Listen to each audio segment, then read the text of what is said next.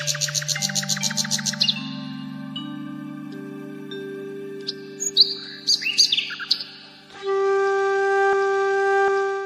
തലമുറകളായി നിങ്ങൾക്കൊപ്പം PRS hospital. Thiruvananthapuram Peroorkada station Janamaithri പോലീസിനും അല്ലാതെയുമൊക്കെ നല്ലൊരു സ്റ്റേഷനാണ്. അത് അറിയപ്പെടുന്ന സ്റ്റേഷനാണ്. എല്ലാവരും വലിയ വാർഡ് തലത്തിലൊക്കെ റെസിഡൻസ് അസോസിയേഷനുകൾക്ക് യോജിപ്പിച്ചുകൊണ്ട് അവർ നല്ല പ്രവർത്തനങ്ങൾ കാഴ്ചവെക്കുന്നവരാണ്. പക്ഷേ അവിടെ നിർഭാഗ്യവശാൽ ഒരു സംഭവം ഉണ്ടായി. ഇതവിടെ മാത്രമല്ല, കേരളത്തിലാകെ സംഭവിച്ചുകൊണ്ടിരിക്കുന്ന ഒരു പ്രശ്നമുണ്ട് ഇതിനകത്ത്. എല്ലാ കാലത്തും സംഭവിക്കുന്നു. ഇപ്പൊ ഈ അടുത്ത കാലത്ത് അത് പല പല സംഭവങ്ങൾ റിപ്പോർട്ട് ചെയ്തു വരുന്നു.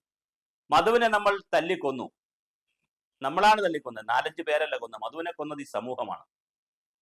അവൻ മോഷ്ടിച്ചിരിക്കട്ടെ, വിശക്കുന്നതിന് വേണ്ടിയിട്ടാണ് മോഷ്ടിച്ചതെങ്കിൽ ആ മോഷണത്തെ ചിലപ്പോൾ സാധൂകരിക്കേണ്ടി വരും. ചിലപ്പോൾ ചെറിയ ശിക്ഷയൊക്കെ കൊടുക്കാം. പക്ഷെ അതിനെ ആൾക്കൂട്ടം തല്ലിക്കൊല്ലുന്നത് നമുക്ക് സഹിക്കാവുന്നതല്ല. ഇവിടെ ഒരു ബിന്ദു, അവർ തെറ്റ് ചെയ്തില്ല എന്ന് പറയുന്നു. ഇനി തെറ്റ് ചെയ്തു എന്ന് വിചാരിക്കുക. സ്റ്റേഷനിൽ ചെല്ലുമ്പോൾ കൊടുക്കേണ്ട മിനിമം കാര്യങ്ങളില്ലേ? അവരെ കണ്ടാൽ അവർ ആദിവാസി യുവതിയാണോ, അല്ലെങ്കിൽ പട്ടികജാതി പട്ടികവർഗത്തിൽപ്പെട്ട യുവതിയാണോ, കറുപ്പാണോ, അല്ലെങ്കിൽ അങ്ങനെയൊക്കെ ഐഡന്റിഫൈ ചെയ്യുന്ന നാടാണ് ഇവിടെ. വെളുത്ത ആൾ വന്നാൽ അത് വേറെ ഉയർന്ന ജാതി, അല്ലെങ്കിൽ കറുത്ത ആളുകൾ വന്നാൽ അത് താഴ്ന്ന ജാതി, ഇങ്ങനെയൊക്കെ ഐഡന്റിഫൈ ചെയ്യും. അങ്ങനത്തെ ഒരു നാടാണ്. പിന്നെ പേര് കേട്ടാൽ അവരെ ഏത് ജാതി എന്നൊക്കെ കണ്ടുപിടിക്കുന്ന ഒരു ലോകത്താണ് നമ്മൾ താമസിക്കുന്നത്. ഇപ്പോൾ കാഴ്ചയിലാകട്ടെ, പേരിലാകട്ടെ, സംസാരത്തിലാകട്ടെ. ഇപ്പൊ സംസാരം കൊണ്ട് പലരെയും തിരുവനന്തപുരത്തുകാരാണോ, തൃശ്ശൂർക്കാരാണോ, കോട്ടയത്തുകാരാണോ എന്നൊക്കെ കണ്ടുപിടിക്കാൻ പറ്റും. അങ്ങനെ ഏതെങ്കിലും തരത്തിൽ നമ്മൾ ആളിന്റെ ഐഡന്റിറ്റി കണ്ടുപിടിച്ച് കഴിഞ്ഞാൽ, ഐഡന്റിഫൈ ചെയ്ത് കഴിഞ്ഞാൽ, പിന്നെ നമുക്ക് ആ വന്ന ആളിന് സ്വാധീനമില്ലാത്തവരാണെങ്കിൽ, അവർക്ക് വേണ്ടി ഒരു രാഷ്ട്രീയ പാർട്ടി ഫോൺ ചെയ്തിട്ടില്ല എങ്കിൽ, അവർക്ക് വേണ്ടി ഏതെങ്കിലും മുതലാളിമാർ വിളിച്ചു പറഞ്ഞിട്ടില്ല എങ്കിൽ, അവരുടെ പിന്നിൽ ഒരാളില്ല എങ്കിൽ, അല്ലെങ്കിൽ ഒരു കൂട്ടം ആളുകൾ ഇല്ല എങ്കിൽ, തീർച്ചയായും പിന്നെ നമ്മളുടെ സമീപനം മാറും. സ്റ്റേഷനിലുള്ളവരുടെ സമീപനം മാറും. തീർച്ചയായും അവർ വെള്ളം ചോദിച്ചു. 8 മണിക്കൂറോളം അവരെ പീഡിപ്പിച്ചു എന്ന് പറയുന്നത്. വെള്ളം ചോദിച്ചു. ബാത്റൂമിൽ പോയി കുടിക്കാൻ പറയുകയാണ്. ആരെങ്കിലും സ്റ്റേഷനിലെ ബാത്റൂമിൽ പോയി വെള്ളം കുടിക്കാൻ പറ്റുമോ? ബാത്റൂമിൽ വരുന്ന വെള്ളം കുടിക്കാൻ ഉറപ്പുണ്ടോ? അപ്പൊ അല്ലാത്ത വെള്ളം ഉണ്ടല്ലോ സ്റ്റേഷനിൽ, അത് കൊടുക്കണ്ടേ? ഒരു സ്ത്രീയല്ലേ? നമ്മൾ സ്ത്രീ സൗഹൃദ ലോകത്ത് ഉണ്ടാക്കണതിനെ കുറിച്ച് വനിതാ മുതൽ പിടിച്ചവരാണ്. പിന്നെ മുട്ടിന് വില്ലുവണ്ടി, നമ്മുടെ അയ്യങ്കാളിയുടെ വില്ലുവണ്ടിയെ കുറിച്ച് പാട്ടിറങ്ങുന്ന കാലമാണ്. വേടന്റെ വില്ലുവണ്ടി പാട്ടൊക്കെ എത്ര പ്രസിദ്ധമാണ്. വില്ലുവണ്ടി നവോത്ഥാന നായകർക്ക് വേണ്ടി നമ്മൾ മ്യൂസിയം ഉണ്ടാക്കാൻ പോകുന്നവരാണ്. നവോത്ഥാനത്തിന് വേണ്ടി വലിയ നവോത്ഥാനം ഉണ്ടായ നാടാണെന്ന് അഭിമാനിക്കുന്നവരാണ്. അവിടെ ഒരു സ്ത്രീയെ ഇങ്ങനെ അപമാനിക്കുന്നു. പിന്നെ അതിനേക്കാളൊക്കെ പ്രധാനം, അവർ മുഖ്യമന്ത്രിയുടെ ഓഫീസിൽ പോയി ഒരു പരാതി കൊടുത്തു.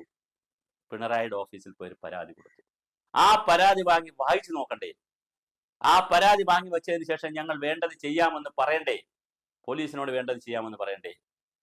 അല്ലെങ്കിൽ നിങ്ങൾ കോടതിയിൽ പോകൂ എന്ന് പറഞ്ഞു എന്നാ പറയുന്നത്. ഒരു വനിതേശം പാവപ്പെട്ട ദളിത് യുവതിയായി അവർ കോടതിയിൽ പോകണമെങ്കിൽ മിനിമം എത്ര രൂപ കൊടുക്കണം? ഒരു കേസിന് 25,000 രൂപയെങ്കിലും കൊടുക്കാതെ ഒരാൾ ഒരു കേസ് എടുക്കുമോ? അങ്ങനെ കേസ് എടുത്താൽ തന്നെ പിന്നെ സിറ്റിങ്ങിനൊക്കെ പൈസ കൊടുക്കണ്ടേ?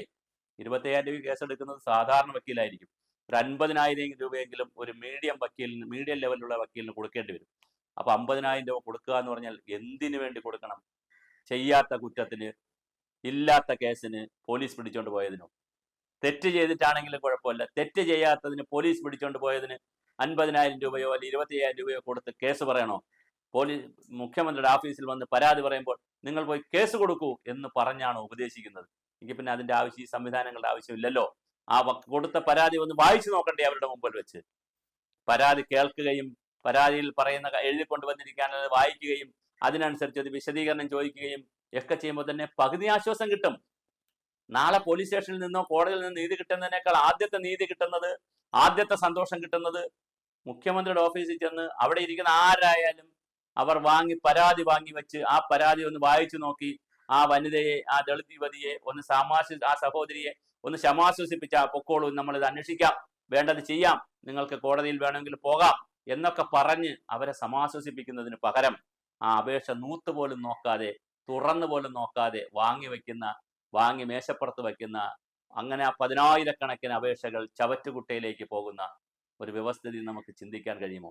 മുഖ്യമന്ത്രി നാടുനീളെ നടന്ന് പ്രൊഫഷണലുകൾ കാണുന്നു, സാഹിത്യകാരന്മാരെ കാണുന്നു, ദളിതന്മാരെ കാണുന്നു, വേടന് കൈ കൊടുക്കുന്നു. അതിന് MP രാജേഷ് വേടന്റെ കൈ തട്ടി മാറ്റി, അത് വേറെ കാര്യം. അതെല്ലാം സംഭവിക്കുന്നു ഇവിടെ.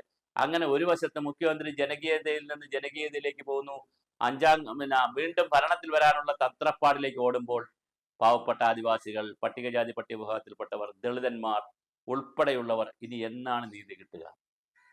നമ്മൾ അങ്ങനെ ഒരു വിഭാഗത്തെ ഉണ്ടാക്കി വെച്ചിരിക്കുകയാണ് ഇവിടെ. നിങ്ങൾ ദളിതൻ, നീ പട്ടികജാതി, നീ പട്ടികവർഗം, നീ താഴ്ന്ന ജാതി, നീ സംവരണ ജാതി, നീ വനിത, നീ സ്ത്രീ, നീ കുട്ടി, ഇങ്ങനെ ഓരോരുത്തരെ നമ്മൾ ചാപ്പ കുത്തി വെച്ചിരിക്കുകയാണ്. ഈ ചാപ്പകുത്തലിലൂടെ നമ്മൾ എന്താണ് നേടുന്നത്?